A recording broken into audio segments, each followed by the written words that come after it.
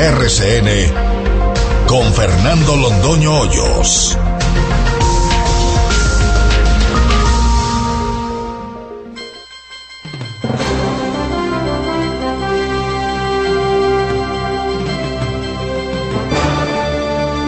Muy buenos días.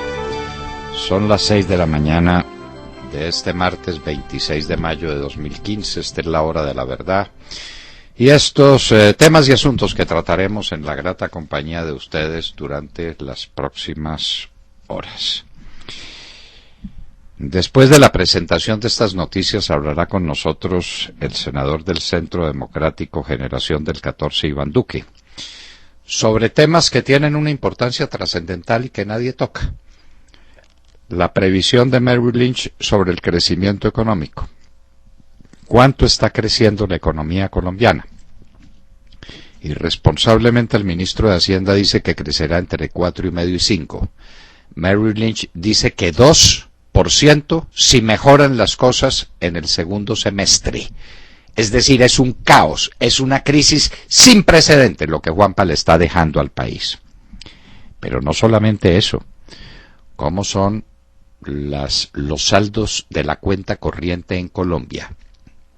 Lo que están diciendo es que es el mayor saldo negativo del mundo en cuenta corriente, el de Colombia. Escuchen eso. Iván Duque nos hablará de esos temas que son los temas sustantivos del país. Y ahora nos regalan otra noticia, y es que el desempleo en Colombia, el desempleo juvenil en Colombia es el peor de América. Y que de los pocos empleos que hay para los jóvenes, 8 de cada 10 son informales. Doctor Perfetti, tome nota, y no se lo oculte a los colombianos. En un acto de decencia, cuéntele esta tragedia al país. Las FARC tienen, desde la época de los diálogos exploratorios, es decir, desde la época en que nos pusieron una bomba para despejar el camino y para que no hubiera crítica ninguna al proceso que se avecinaba, un cheque en blanco girado por Santos. Carlos Lozada, el hombre que tenía en su campamento la orden de asesinarme, ese, Carlos Lozada, dice que tiene una carta de Santos en la que Santos asegura que no hay nada de la plataforma bolivariana de las FARC con la que no se pueda llegar a un acuerdo. Eso hace, señores, exactamente 3 años. En el año 2012, a mediados, por esta época, Carlos Lozada tiene la carta. ¿Se servirá mostrarla? Porque ahora están de amores otra vez el gobierno y las FARC. Se bombardean, pero se necesitan. Como pasa con ciertos amantes que se necesitan recíprocamente aunque se pongan cuernos. Se necesitan. Santos necesita a las FARC porque es lo único que tiene para mostrar, cree él, la paz de Colombia. Y las FARC necesitan a Santos porque es el que les va a entregar el país, les va a garantizar impunidad y les garantiza la prosperidad de su negocio en asocio con Venezuela. A propósito, qué poco se habla del tema del avión que salió de México, aterrizó tranquilamente en Venezuela, cargó cocaína en Venezuela, salió por territorio colombiano y cayó al mar después de la persecución de la Fuerza Aérea, que seguramente obró sin autorización de Santos. 1.3 toneladas de cocaína. Multipliquen eso por 1.000 kilos que tiene cada tonelada y multiplique cada kilo, conviértanlo en gramos y póngale cada gramo a más de $100 en los Estados Unidos.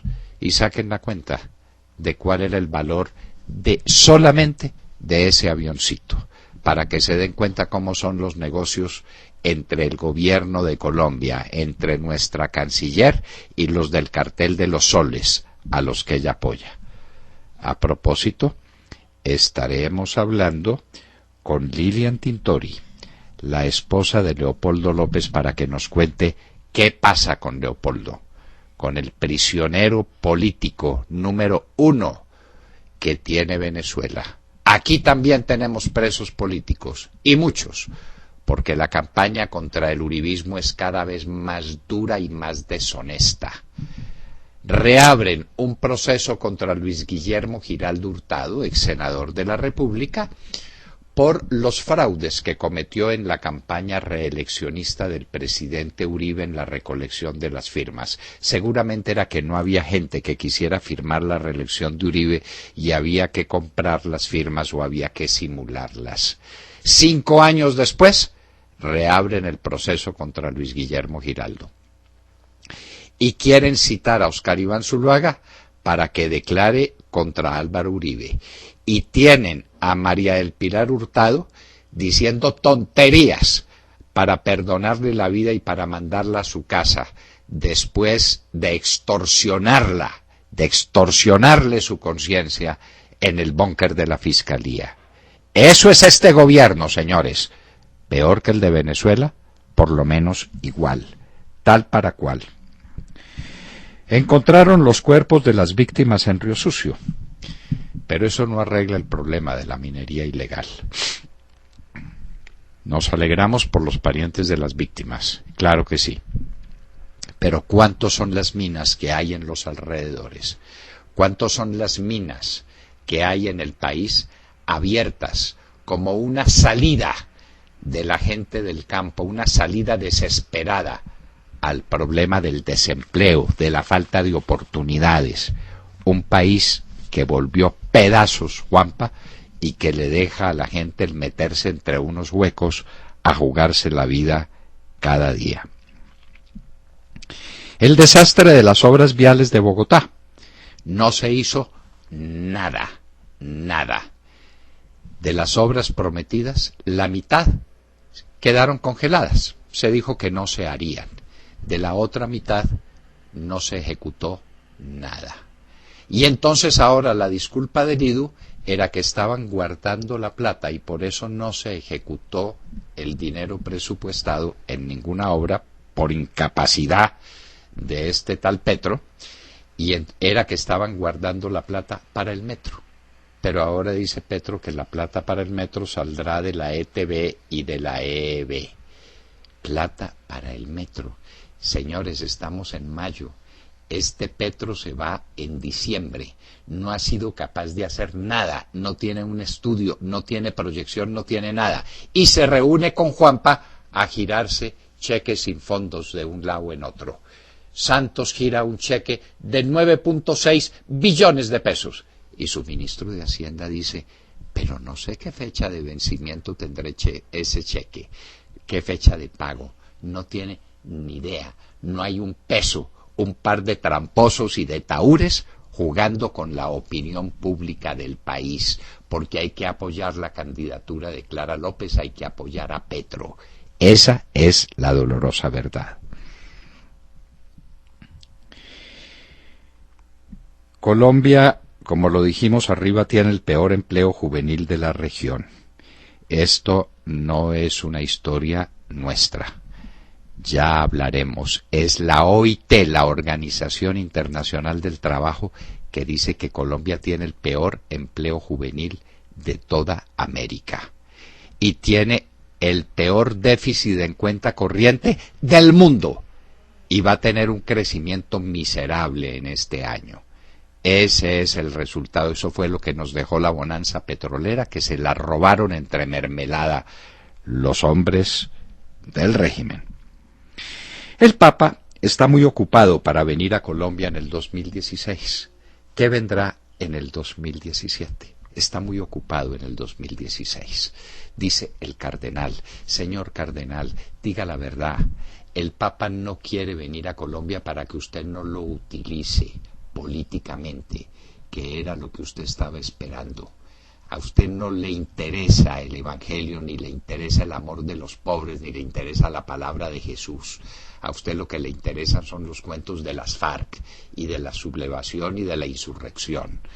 como el provincial de los jesuitas, como el padre de Roux, andan en las mismas, los últimos coletazos de la malhadada teología de la liberación.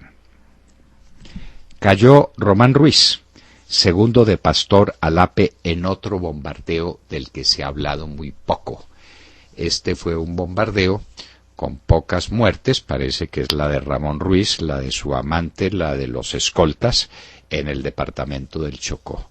Pero, desde el punto de vista jerárquico, cayó en la más alta jerarquía de todas las víctimas de los bombardeos, Ramón Ruiz, para que no lo entierre como NN, doctor Santos, y para que le haga honores en el sepelio, si usted quiere. El segundo de Pastor Alape, el que está ya sentando cátedra en Cuba y tomando mojito, dirá, ay, pobrecito Román, cómo lo dejé en el Chocó para que le tiraran bombas. Luis Almagro, el tupamaro que asume la Secretaría de la OEA, un organismo que Insulza dejó muerto, pero eso sí, cobrando qué cantidad de dólares. La OEA se acabó hace mucho tiempo, cuando América del Sur resolvió hacer el engendro de UNASUR. Qué dolor nos da recordar cuando el presidente Álvaro Uribe se dejó llevar por Lula para aprobar la entrada de Colombia a UNASUR. La tragedia de una UNASUR que no sirve para nada, por supuesto, pero que le quitó toda vigencia histórica a la OEA, que era el foro que teníamos para que estuvieran presentes los Estados Unidos y el Canadá. Destituyeron la geografía y a la América le quitaron a los Estados Unidos y al Canadá. Luis Almagro vendrá a ver cómo le pagan en sueldo. Será su única preocupación. Irán dice haber recibido de Rusia ya o está recibiendo los misiles S-300, unos poderosos misiles antiaéreos con los que Rusia le da a Irán manera de defenderse de Israel, que atacará a Irán por el tema de la bomba atómica. Irán, la misma que está incendiando la región y que está incendiando Yemen del Sur con los hutíes, que al parecer sufrieron una dura derrota ayer de parte de las fuerzas que comanda Arabia Saudita. El tema es así. Mientras tanto, el presidente Obama dice tonterías y piensa quién sabe en qué. No es cierto que en México se hubieran dado 42 bajas de narcos. Se corrigió una noticia que dio toda la prensa y que nosotros repetimos ayer. ¿Dónde está Leopoldo López? Hoy hablaremos con Lilian Tintori, su esposa. El mártir de la democracia venezolana, Leopoldo López, está en una cárcel en condiciones infrahumanas, en Ramo Verde, pero hace rato no se sabía de él. Ayer dijo el gobierno venezolano que sus hijos habían almorzado con él. Parece que ciertas presiones de la opinión pública internacional le impactan a Maduro.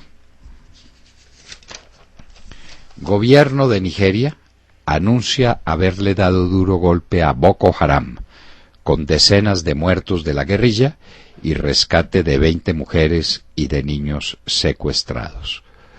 Burundi, una pequeña nación en el centro-sur de África, pequeñísima nación, es un verdadero caos. Golpe de estado al presidente, el presidente regresó, muertos, heridos, Burundi es un caos. Y en Hoy en la Historia, señores, 26 de mayo, la parte más dura de una batalla que salvó a Europa de las tropas de Hitler. Es tal vez la batalla más decisiva de la Segunda Guerra Mundial, cuando apenas empezaba. Francia caería, prácticamente ya había caído, con los Panzergruppe que se metieron por el sitio de las Ardenas, dándole vuelta a la línea Maginot. Las tropas siguieron para Dunkerque, donde estaba el ejército expedicionario inglés y lo que quedaba del ejército francés. eran cerca de 450.000 hombres metidos entre una bolsa sin esperanza. Si Hitler hubiera dado la orden a Guderian y a Rundstedt de atacar inmediatamente, no la orden que dio de detenerse, la Segunda Guerra Mundial hubiera tenido otro curso, hubiera terminado en 1940 y Hitler hubiera sido el amo de toda Europa. Recordaremos a Dunkerque, donde prácticamente se decidió la suerte de la Segunda Guerra Mundial, cuando apenas empezaba esa guerra. De todo esto y de mucho más hablaremos con ustedes en las próximas horas, en la hora de la verdad. Bueno, se nota y muchos agradecemos el restablecimiento de los bombardeos contra el grupo narcoterrorista de las FARC. Ayer, en un nuevo bombardeo de la Fuerza Aérea, dieron de baja al comandante del Frente 18 de las FARC, integrante del Estado Mayor Alfredo Machado Alarcón, y de nombre alias Ramón Ruiz, y 4 de sus hombres más cercanos. Lo curioso es que esta baja coincide con un discurso del presidente Juan Manuel Santos desde la Casa de Nariño, en donde le pide a los negociadores de paz en La Habana acelerar las conversaciones y habla de un posible cese al fuego bilateral y definitivo. Cese que incluye, como debe ser por supuesto, el cese del narcotráfico, la extorsión y la minería ilegal, que como nunca antes en la historia han estado tan disparados en Colombia. Eso también hay que decirlo, ¿no? El presidente, en su alocución, hizo su habitual descalificación a la oposición, asegurando que la ultraderecha no quiere la paz. 2 insultos. Uno, llamar ultraderecha a la oposición, porque sabemos que se refiere a la oposición, y lo otro es decir que no quieren la paz. Me parece que es una afirmación, a la que ya desafortunadamente estamos acostumbrados. Y anunció una cátedra por la paz, una nueva materia que hará parte de los colegios y que no sabemos si contará todavía para las famosas pruebas PISA, ¿recuerdan? En donde tan mal salió evaluado Colombia. Bueno, pues el presidente está pensando no, es un hecho ya, una cátedra por la paz. En definitiva, tenía razón el oyente que a través de nuestro chat ayer dijo que toda esta pantomima era para llegar al cese bilateral al fuego, un cese que desde España el Procurador General de la Nación ha calificado como descabellado y que muchos vemos como una irresponsabilidad. Lo cierto es que no somos nosotros, sino el propio presidente Juan Manuel Santos, el que lo dijo al prestigioso periódico Wall Street Journal, y sus palabras textuales fueron estas: no he descartado la posibilidad del cese del fuego bilateral. Pregunto, ¿qué consecuencias creen ustedes y qué significaría ese cese al fuego bilateral? ¿Y qué es lo que está pasando entre Santos y las fuerzas militares?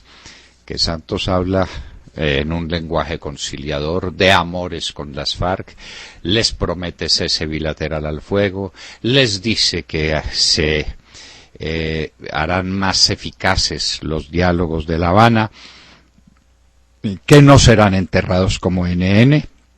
No dice si los van a enterrar con honores militares también. Pues nada difícil.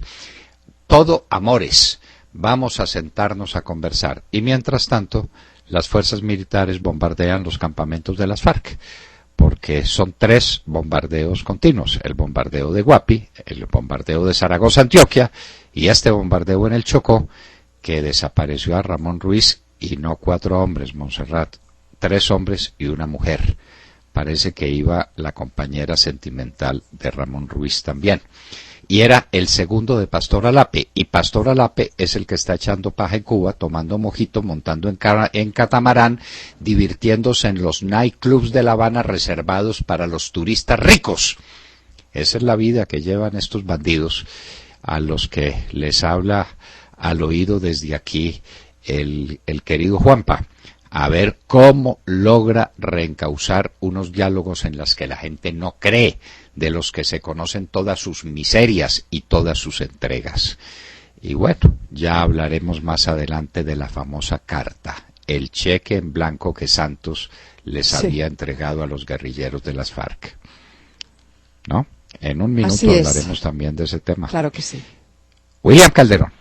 Doctor Londoño, buenos días Colombia, gracias por invitarnos a sus hogares y a sus vehículos. Hoy es martes 26 de mayo del año 15, son las 6:25 de la mañana.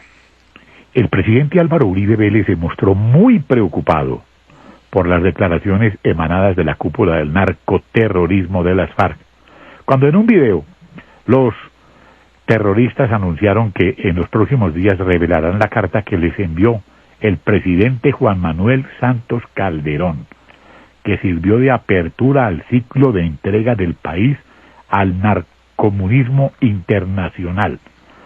Fue el propio Carlos Antonio Lozada, autor intelectual del atentado al director de la Hora de la Verdad, que le costó la vida a sus dos escoltas, Rosenberg Burbano y Ricardo Rodríguez. El criminal Carlos Antonio Lozada le comunicó a un grupo de guerrilleros en las montañas de Colombia que en los próximos días y desde Cuba se revelaría el documento en mención, en el que Juanpa decía que aceptaba toda nuestra propuesta, que no encontraba objeción alguna a nuestra plataforma. Y según Lozada, no encontró nada que no se pudiera negociar.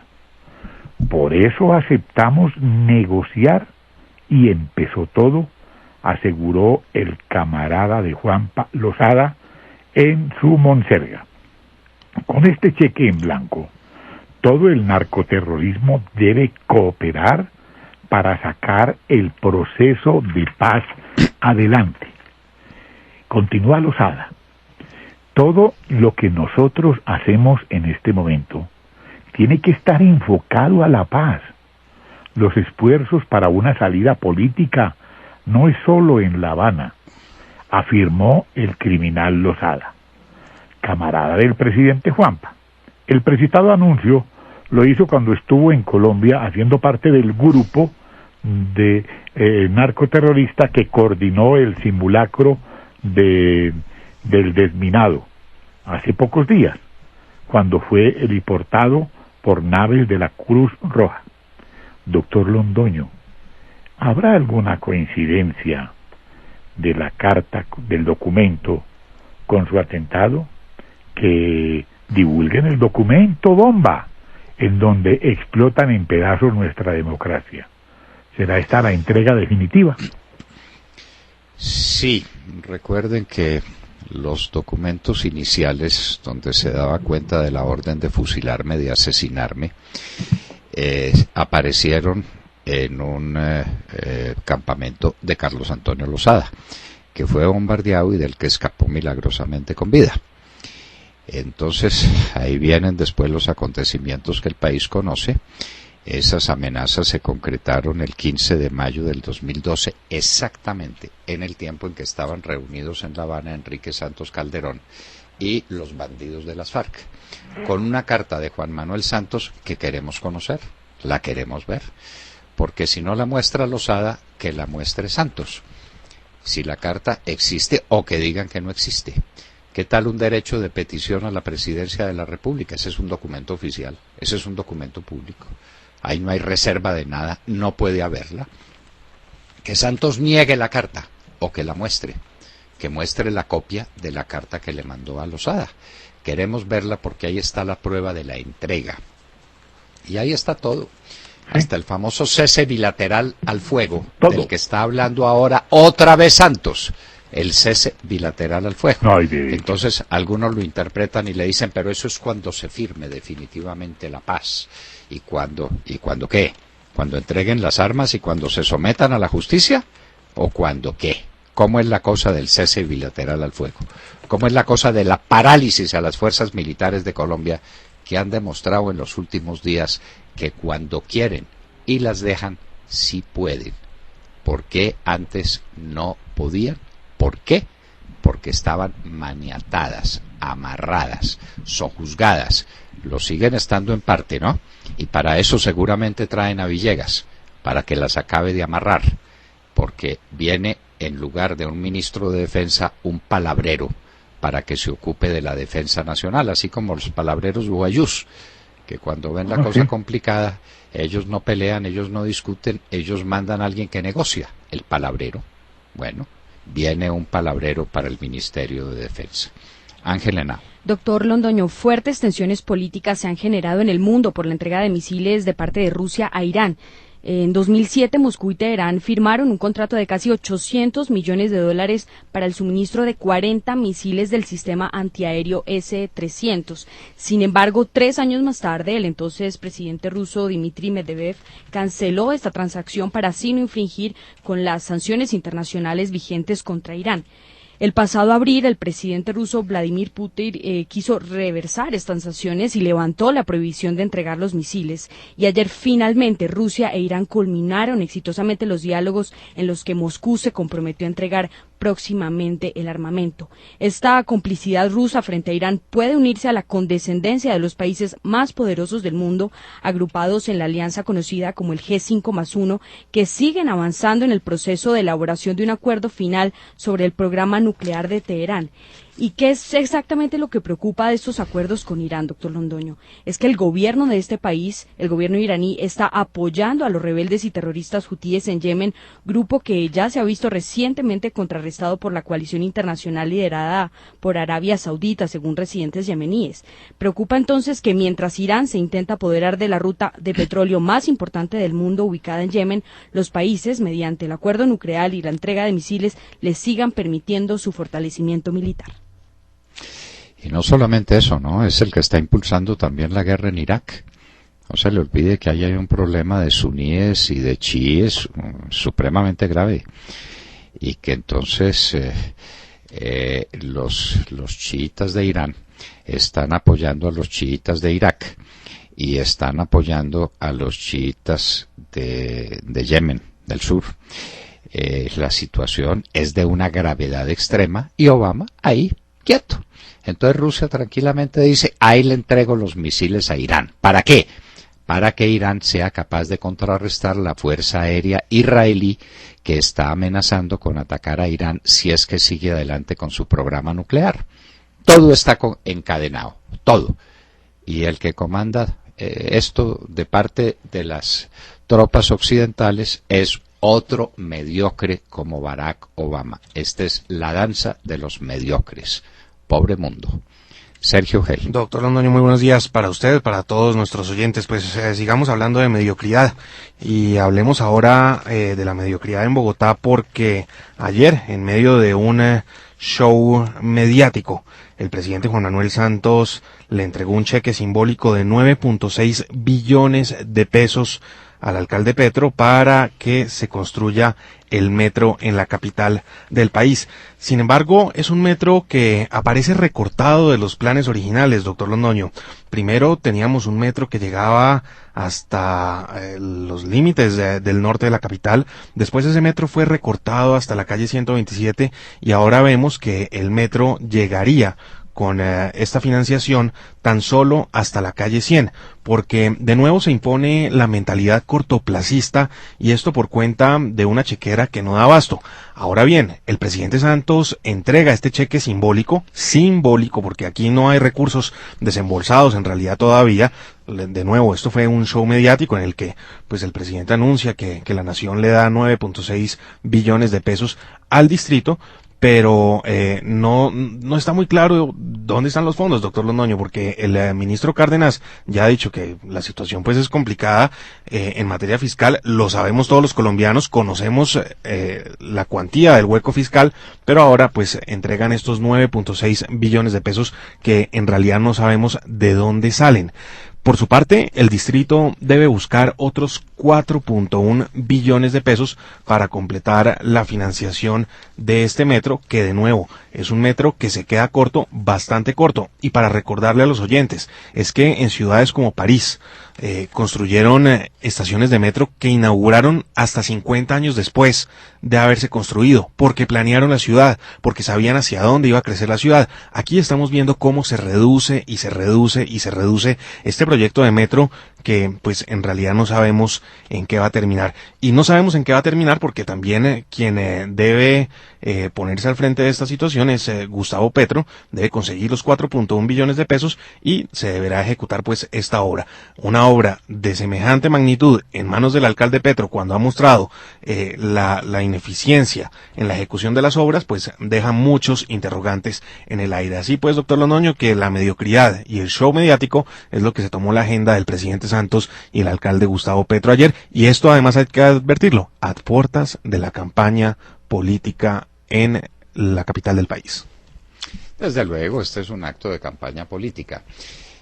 Un cheque, usted como buen abogado tiene que saberlo, es un título valor que supone una orden de pago emitida contra un banco con cargo a una cuenta corriente previamente abierta. Y con una fecha. Claro, el cheque debe contener la suma por la cual se gira, obviamente el girador del cheque, el beneficiario del cheque y la fecha. Un cheque que no se paga dentro de los 6 meses siguientes a su fecha es un cheque que caduca. Luego, el cheque no fue un cheque simbólico, sino un cheque chimbo, porque el ministro de Hacienda dijo que él no sabía qué fecha tenía el cheque. Claro. Y como el cheque tiene que salir del Ministerio de Hacienda, es un cheque chimbo, girado a Bogotá para hacer politiquería baja entre Santos y Petro, que son los comprometidos a ganar las elecciones con Clara López. Eso es lo que nos están haciendo. Esa es la jugada de Santos. Darle aliento a una candidatura perdida, que es una candidatura que aliente Petro, porque todo el mundo sabe de su ineptitud. Ahora aparece como el hombre que salvó el metro porque consiguió 9.6 billones de pesos de la nación girados con un cheque chimbo. Que los muestren. Pues un par de taúres haciendo trampa a la vista de todo el mundo. Pero por favor, cheque sin fecha. ¿Cómo le parece? El propio ministro Cárdenas dice, pues yo no sé qué fecha tendrá ese cheque. Claro, porque no tiene un peso. Sin fecha y sin fondos. No tiene con qué subirle el sueldo a los policías y a los militares de Colombia. Estamos en mayo y no les han hecho un aumento de 1/10 de su sueldo del año pasado. Y no tiene con qué. Y le giran un cheque de 9.6 billones de pesos. Esto es un chiste. Todo esto es un chiste, pero un mal chiste que apenas existe en lo peor de una pesadilla. Alejandro Ramírez. Buenos días a los oyentes de la Hora de la Verdad. Continúa el escándalo de la avioneta cargada con coca, la cual cayó en territorio colombiano procedente de Venezuela. El miércoles de la semana pasada se conoció la caída de la avioneta cargada con coca, a la cual le habría pedido la Fuerza Aérea Colombiana aterrizar en el aeropuerto Ernesto Cortizos. La tripulación hizo caso omiso y la avioneta se vino abajo en aguas de Puerto Velero, municipio de Puerto Colombia, departamento del Atlántico. La avioneta, que venía siendo vigilada por la Fuerza Aérea y la Armada, provenía del estado Apure en Venezuela y se dirigía hacia Panamá.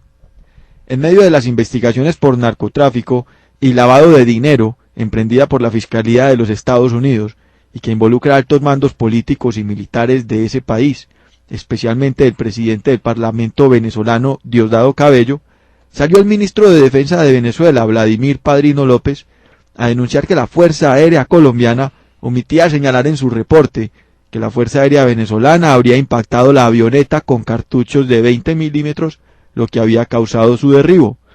Padrino criticó que la Fuerza Aérea Colombiana no le informara a las autoridades venezolanas del sobrevuelo de la avioneta, a pesar del convenio de intercambio de información que tienen ambos países en materia de lucha contra el narcotráfico. Originada la polémica, autoridades colombianas crearon un comité especial para hacer un reporte donde encontraron, primero, que la avioneta Hawker 800 bimotor habría cruzado cielo colombiano procedente de México, recorrió los cielos de Centroamérica y finalmente entró a Venezuela sobre la medianoche, luego de pasar muy cerca de La Guajira, por el borde donde termina el área de interdicción de Colombia, el 19 de mayo a las 11 de la noche, en lo que denominó una traza sospechosa. Segundo, los buzos de la Armada Nacional encontraron 1.314 paquetes que contenían 1.329 kilos de cocaína. Y tercero, los buzos de la Armada hallaron 2 pasaportes de origen mexicano, y el comandante del puesto de guardacostas de Barranquilla indicó el hallazgo de una cédula con la identidad de hombre oriundo de Arauca, que responde al nombre de Baker Castañeda Medina. Doctor Londoño, este es uno de los episodios en los cuales se confirma los vuelos provenientes de Venezuela cargados de cocaína por cielo colombiano. Claro, de cocaína que ha salido de Colombia, desde el Catatumbo, que es una zona privilegiada, porque Bruce McMaster, cuando era miembro del staff de Juanpa, prometió que no habría fumigación aérea en el Catatumbo ni erradicación manual. Le dejó toda esa zona a los narcos de las FARC para que hicieran lo que les diera la gana. Y es con esa cocaína con la que se trae contrabando para competir con la industria colombiana que representa el señor Bruce McMaster. Hágame el favor lo que son las cosas.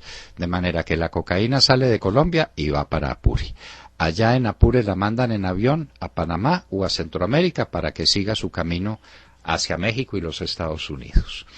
Y entonces pasa por Colombia y ocasionalmente unos aviones de la Fuerza Aérea localizan este avión, lo persiguen, el avión se termina estrellándose en el mar y aparece 1.3 toneladas de coca. Multiplica el 1.3 toneladas por los kilos, hay que multiplicarlo por 1000. Y multiplique cada kilo por gramos, hay que multiplicarlo por 1000. Y cada gramo multiplíquelo por 130 o 150 dólares después de hacerlo rendir y verá usted cuántos dólares iban montados en esa avioneta de los que participaban las FARC, el cartel de los soles, los amigos de Juanpa en Venezuela y quién sabe cuántos bandidos más de México y de los Estados Unidos. Y en un minuto estaremos con Iván Duque, senador del Centro Democrático Generación del 14, hablando de temas espeluznantes, queridos amigos, y de temas perfectamente serios. En un minuto, Iván Duque, senador del Centro Democrático, estará con nosotros en la Hora de la Verdad. Son